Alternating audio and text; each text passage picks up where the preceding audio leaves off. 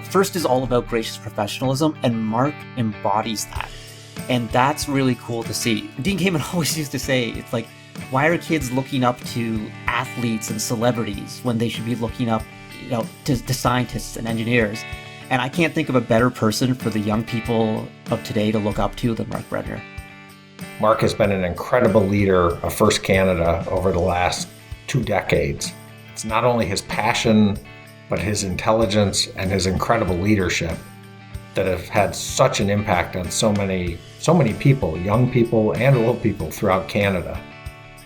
I think the first time I realized that Mark was truly a special person was when we decided to join First as a robotics team. And there were no Canadian teams in this competition. It had been all American teams. And Mr. B's was like, well, why not? Let's just go for it. Let's do this. And, well, there's never been a Canadian team. Are they even going to let us compete? And there was just no question in his mind. He's like, of course they're going to let us compete. And of course we're going to go. And of course we're going to represent Canada and do an awesome job. And we pull into the parking lot and we see these giant bleachers and all sorts of lighting and all sorts of people coming in. And we were a part of this.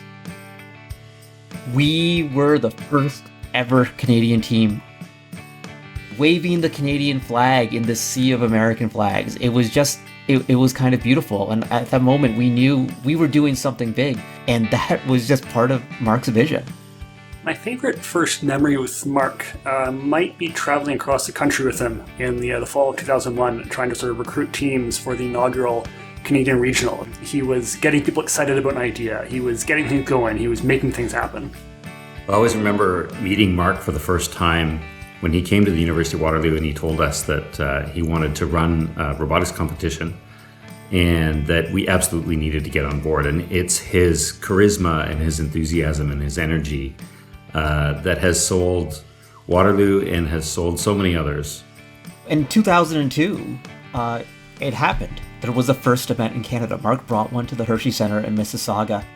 And that was like the culmination of the efforts and the dream that he had going back to 1997. Having his kids helping reset the field, having his wife organize all the volunteers, having, his parents inspecting robots. It was almost like the Breadner family show. First is still a family because that family-like feel he brought in 2002 still lives on today. He leads more by example than by command. He coaches and mentors, and then he steps back and delegates really well. He sets high standards without being a control freak. It's a combination that draws in and keeps talented people. It has been a key to the success of First Robotics Canada. What an incredible time period it's been.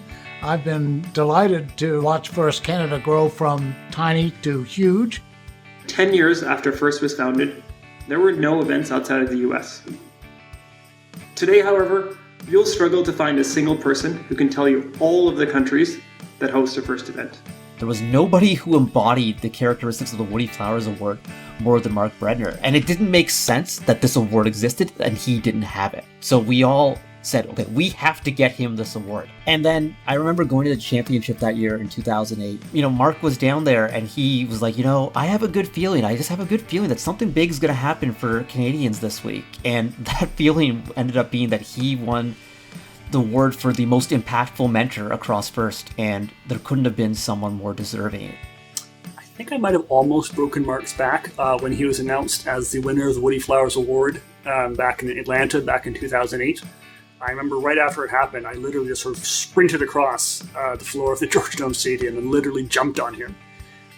If I recall correctly, some senior First official actually stepped in and tried to separate us, and Mark had to wave him off and say that it was okay. I just threw my hands up in the air, and it was just like, this happened! And knowing that pretty much every student, whether it had been on a team with him or not, across Canada, had that same sense of pride. It's like, yeah. That's our founder. Mr. B knows how to get things done. Though it may seem dull to many of us, his decision to become president of First Canada has helped make it what it is today. Because of Mark and all that he's done with First Canada, so many students' lives have been completely transformed. And we're not talking like little transformations, seriously, completely transformed. I had a group of girls who wanted to build a robot, and frankly, I didn't have a clue. But Mark was incredibly supportive.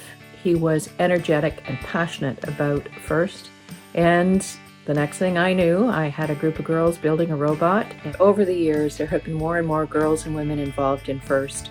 They've found incredible success, and Mark's legacy, quite frankly, is the number of them who've gone into science, engineering, technology, you name it.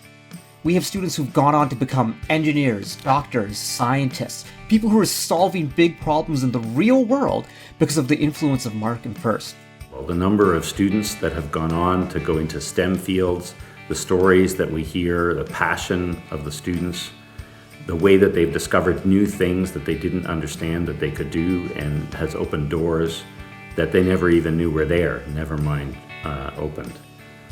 It was such an honor to work with Mark and learn a lot from him and his amazing servant leadership.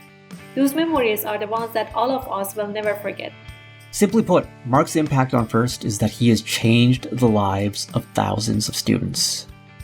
Looking back on what he has accomplished, I imagine Mark must feel really pleased about what he has built. He's built an organization that is going to endure. And how many of us can make a claim like that? And he's going to find new projects and new avenues, and I hope that they bring him the same sort of joy that FIRST has brought him, and I hope that the people that he impacts next will be just as appreciative as all of us are in FIRST, because, we're all indebted to Mr. Breadner.